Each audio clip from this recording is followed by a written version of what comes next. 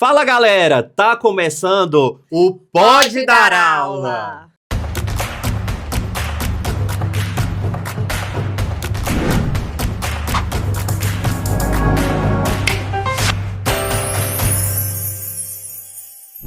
O podcast que tira você da sala de aula e traz para cá para o mercado de trabalho. Eu sou Braz Milanês, enfermeiro, professor universitário e atuo há mais de 14 anos com a formação do ensino superior de futuros profissionais enfermeiros e técnicos de enfermagem. E eu sou Laiane Luiz, enfermeira, empreendedora, atuo há mais de 14 anos na enfermagem, atuo na estética em consultório e hoje o papo é direto e reto. O que a universidade não me ensinou? E aí, Braz?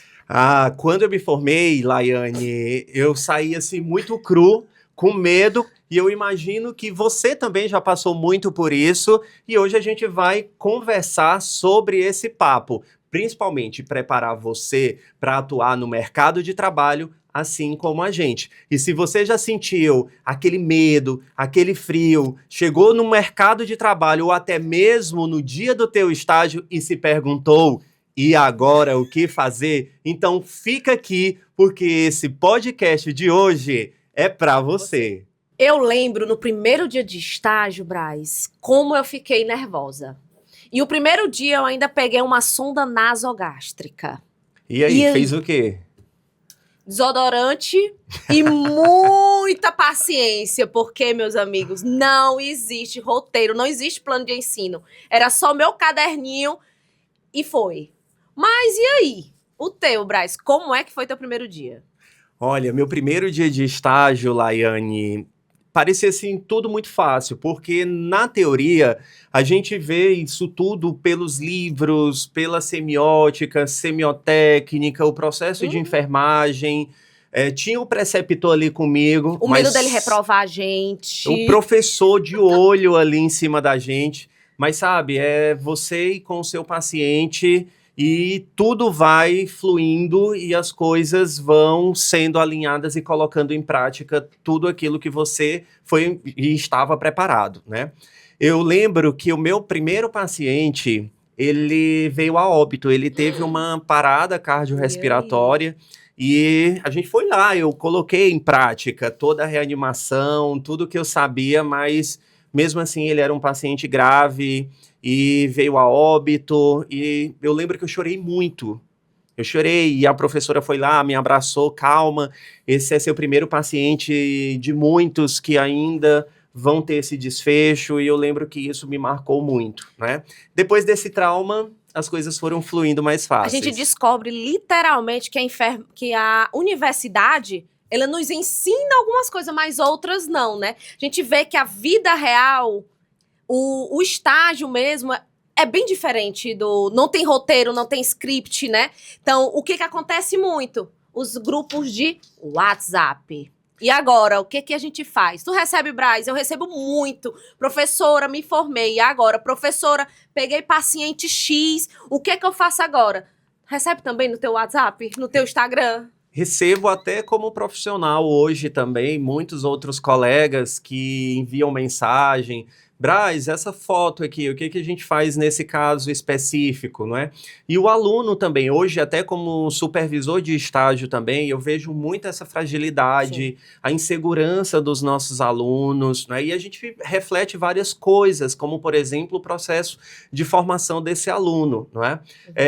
A gente reconhece que tem poucas práticas, tanto laboratoriais como também hospitalares, né? E esse aluno, quando chega no estágio, bate aquela insegurança. Então, eles trocam mensagens, pedem conselhos no WhatsApp, ou até mesmo têm os seus caderninhos de anotações, né? Mas o que é mais importante para isso tudo, que eu aprendi e eu levo e deixo essa dica para todos os meus alunos, é que quando chegarem em casa, você deve sanar todas as suas dúvidas. Estude, leia os manuais, as normas, as rotinas, os protocolos, as evidências e sane aquela dúvida, porque hoje passou, mas amanhã outro paciente, ele pode voltar para você e você vai ficar com aquela mesma dúvida. Então, é o momento oportuno de você sanar, aprender e executar a forma correta. E uma coisa que eu aprendi dentro da universidade é que o momento é aquele. Aproveita as oportunidades que a gente tem lá dentro. Porque depois é só a vida real. E a vida real, meu caro, ela não é fácil. É cruel, gente. O mercado ensina, viu? Ela bate literalmente. Outra coisa que a universidade também não me ensinou e me preparou é que, enquanto enfermeiros, nós somos excelentes gestores e administradores também. E até, Laiane, empreendedores. Eu lembro do ano de 2009, quando na universidade eu ouvi pela primeira vez a palavra inovação e não sabia o que era inovar, e hoje eu busco sempre inovar, fazer coisas diferentes, até dentro da enfermagem, buscando deixar o meu marketing profissional, a minha marca registrada naquilo, mas eu não fui preparado para empreender. A universidade não nos ensina a empreender. É um viés que a gente tem muito grande. E tanto como eu, como o professor Braz, a gente teve que aprender mesmo na escola da vida. Empreender não é fácil. Ninguém me ensinou que enfermeiro precisa fazer planilha de preço de curativo, de seringa. Eu que atuo na área da estética, não me ensinou que eu tenho que saber valores para consulta de enfermagem, valores de seringa, valor de preenchimento, valor de botox, que é no nosso caso. Você, Braz, na questão de feridas e curativos, você sabe que precisa saber um valor de um curativo. Então, empreender não foi ensinado na universidade, mas a gente precisa aprender na vida real. Precisa. Eu venho de uma formação, de uma escola de universidade pública, onde eu fui ensinado a passar num concurso público. Em casa, na minha estruturação familiar, eu tinha que me formar e voltar para uma unidade básica de saúde, que era o sonho da minha mãe. A minha mãe queria me ver no interior, liderando uma equipe de UBS. E aí, nesse meio termo, eu fiz mestrado, carreira acadêmica, doutorado, e eu lembro de uma frase que ela disse: Braz, eu não vou sustentar filho com mochila nas costas até os 30 anos. E eu disse: mãe, calma, eu sei o que eu estou fazendo. Então, eu tinha um propósito desde cedo. Toda a minha formação, ela foi projetada para passar no mestrado e seguir essa carreira, porque dentro da docência eu visualizava que eu teria condições de trabalho melhor do que condições assistenciais hoje, né? E aí a gente vê um movimento da enfermagem de valorização com piso salarial, que é um movimento recente, que aquilo não se falava na nossa época de universidade. Prolabore, né? O que é Prolabore? Você fazer seu próprio salário, né? Isso ainda hoje é muito tímido e pouco explorado com os futuros enfermeiros que nesse momento estão dentro das universidades como você. E você fazer seu próprio salário. Nossa, isso não passava pela cabeça da gente. Sair das noites exaustivas de plantão não saía da nossa cabeça. Ser CLT e depender de um imposto de renda de 27,5%, né, em cima do nosso salário. Graças a Deus, hoje eu reduzi para 6%, tá, amém, gente? Eu sou CNPJ e CPF, pessoa física. Mas isso ninguém me ensinou, né? Eu fui aprendendo com o processo, com os meus mentores, com um time de profissionais contratado para isso. E hoje nós temos a missão, não é, Laiane, de facilitar esse processo e encurtar esse ato para você, para que você também não sofra tudo aquilo que a gente passou. Sim, porque isso a gente não aprende na universidade. Como às vezes eu digo mesmo, sabe, Braz? Eu digo assim, minha gente, eu aprendi foi na tora mesmo, aprendi foi na tora, vai que no final dá certo. E, enfim, muita coisa ainda a gente precisa discutir e analisar e refletir que a universidade não nos prepara, até mesmo para cuidar da nossa própria saúde, né? A saúde mental está aí E o que a gente vê hoje também são muitos alunos que passam por um processo de adoecimento, de ansiedade dentro da universidade, e que você também não precisa se culpar tanto, se cobrar tanto, e passar pela universidade como um processo de leveza também, tá? Eu recebi um aluno que eu tava saindo da faculdade, sabe, Braz, esses dias. E eu recebi um aluno que se virou. Professora, a senhora tem 5 minutinhos para conversar comigo? Eu tenho. Professora, porque eu estou indeciso da onde eu vou seguir, para qual linha, eu quero isso, eu quero aquilo. Eu não sei o que fazer. Aí foi quando eu se virei para ele e falei, pare e pense. Você tá ansioso? Professora, eu não consigo dormir, eu tô de uma forma que eu não sei. Eu só sei que eu não quero dar plantão.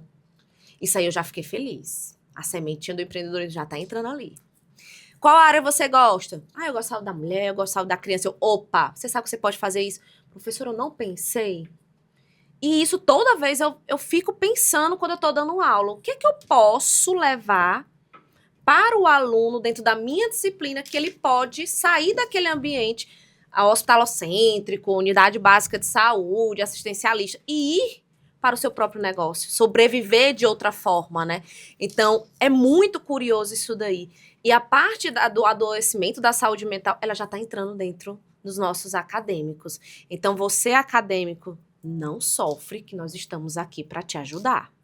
Isso, e assim, lá, isso puxa muito para um ponto importante que eu digo até dentro da sala de aula. Às vezes o aluno vai fazer um procedimento, até mesmo profissional, e a gente diz assim, vou administrar uma vacina. Diz, não dói, Não né? Então não mintam para o paciente de vocês. Dói, é uma dor suportável, uma dor leve, mas dói um pouco.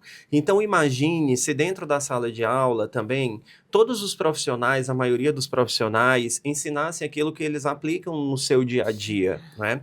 Para que o aluno ele tenha essa aderência do que é ser enfermeiro, do que é a enfermagem. Saber que é real Um também, ponto né? da minha experiência até como coordenador de curso também é de sempre colocar professores que são experts naquela área para ministrar as respectivas disciplinas, né? Porque o aluno ele vai se apaixonar pelas nossas especialidades da enfermagem. A pessoa que ela tem aderência, que ela tem domínio, ela ministra aquela disciplina com encantamento, não é, para o aluno. E aí é muito válido, desde o primeiro dia de aula, a gente sinalizar para o aluno, olha, seja bem-vindo à universidade. Aqui você vai amar e vai odiar tudo ao mesmo tempo, né? Porque, gente, nem cerca elétrica segura aluno, tá? Não, aluno, quando ele quer, ele não é de confiança, tá bom? Mas isso tudo tem que ficar muito claro para o nosso aluno, as regras do jogo, as coisas primeiras, né? Para que esse processo de formação seja verdadeiramente uma formação de ensino superior.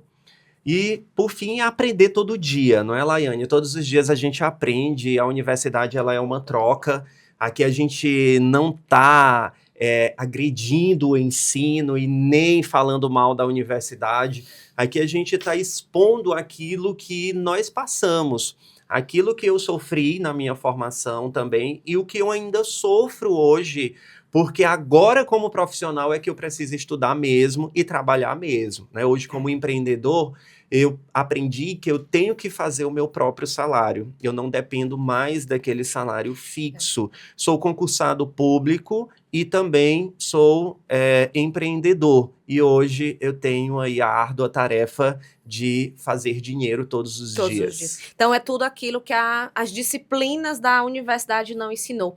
Eu acho que seria uma disciplina maravilhosa. Como não surtar antes de colar grau. Eu acho que é necessário. Um projeto que prepara o aluno para Pra a vida formação. universitária e para a formação, não é isso? Então fica aqui com a gente que vem mais coisas aqui pela frente, tá, gente? O nosso quadro fixo. A pergunta que eu não fiz na faculdade. Lembre-se que essa pergunta eu fiz lá no nosso Instagram. Aproveita e vai lá e segue, que é o @podedaraula lá no Instagram. E se você quiser participar, ter a sua pergunta aqui no nosso quadro, é só mandar da próxima vez que eu abrir o quadrozinho lá no Stories. Então vamos lá. Hoje a pergunta é da seguidora X, pediu para não ser identificada. Por que a gente só aprende a precificar depois que se forma? E aí, Braz? Laiane, a resposta é bem curta, porque ninguém quer ensinar a gente a ganhar dinheiro.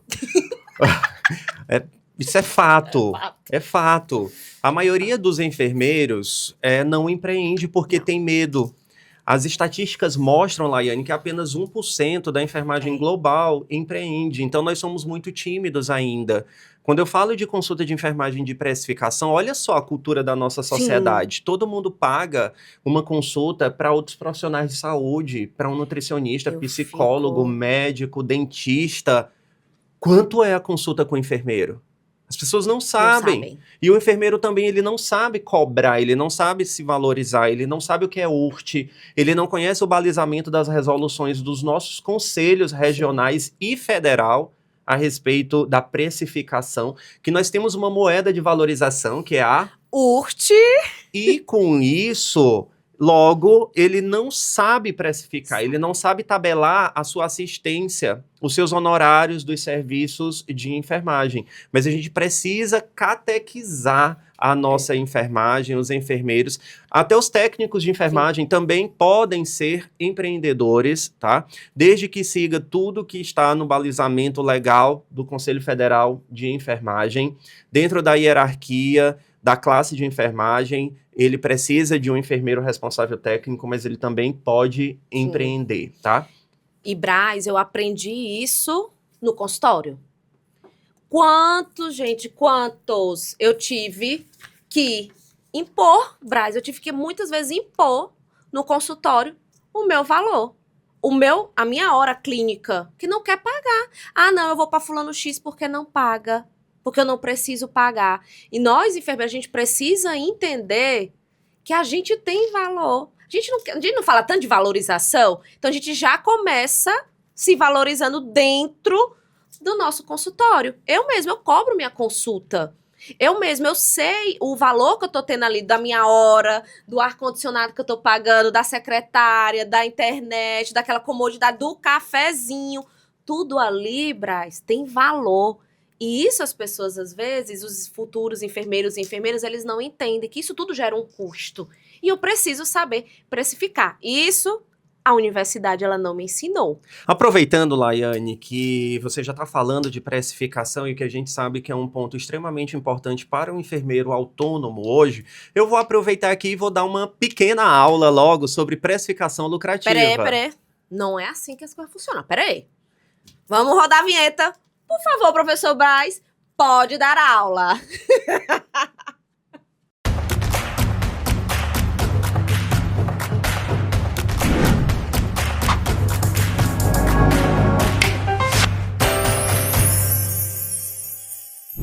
Sobre precificação, tudo que a professora Laiane já falou, é importante que você, enfermeiro autônomo, conheça alguns termos. Por exemplo, o primeiro deles, a diferença entre preço e valor. Quando eu digo aqui, esse marca-texto, quanto ele custa, ele tem um preço, tá? Você vai pagar R$2, R$3, R$3,50, isso é o preço desse marca-texto. Agora, quando eu digo assim, eu quero esse marca-texto e não esse outro, porque esse aqui, ele é diferente, ele é de cera, ele é mais bonito, eu consigo apagar, então ele tem mais qualidades do que esse e que faz com que eu queira consumir esse outro produto. Então ele tem valores que agrega, assim também você como profissional. Você vai ter um preço mínimo da sua consulta de enfermagem, que é R$150, de acordo com a tabela de honorários do Conselho Federal, com a nossa moeda URT. Mas o que vai fazer você cobrar 300, 350, um valor acima disso, diferente do valor, por exemplo, que a professora Laiane pratica no dia a dia, é o valor que você agrega ao profissional que você é. As especializações, aos cursos, as habilitações, ao ponto do teu negócio, por exemplo, da tua clínica, do teu consultório, tudo isso agrega valor e faz com que o paciente reconheça que ele deve voltar lá no seu consultório, tá? E aí também saber colocar dentro desse preço de venda todos os custos e as despesas que você tem com o seu serviço. Os custos, eles podem ser fixos, como a professora Laiane diz, o aluguel que você paga todos os meses do teu consultório ou coworking, a secretária que vai atender os teus clientes, tudo isso, energia, água, são custos fixos e você precisa embutir dentro do valor que vai ser cobrado, do preço que vai ser cobrado. E os custos variáveis, o nome já diz, ele varia. Então, se tu vai fazer um curativo, as coberturas, as tecnologias, varia para cada curativo que você vai fazer. Você vai precisar de um pacote de curativo, de gases, de uma cobertura especializada, de uma solução de limpeza. Então, isso tudo varia. Além das tributações que podem ser acrescidas, como comissões, taxas de imposto também e a taxa da maquininha do cartão, porque o cliente vai pedir...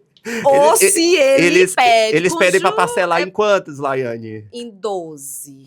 Gente, 12 pode ser até em 20. Vendam. O que importa é a estratégia de venda. Monta um pacote, fideliza esse teu cliente. Eu não tenho problema. Passando a maquineta, tá lá em 12 vezes. Gente, eu já passei até em 18, mas tava lá. O que importa é vender.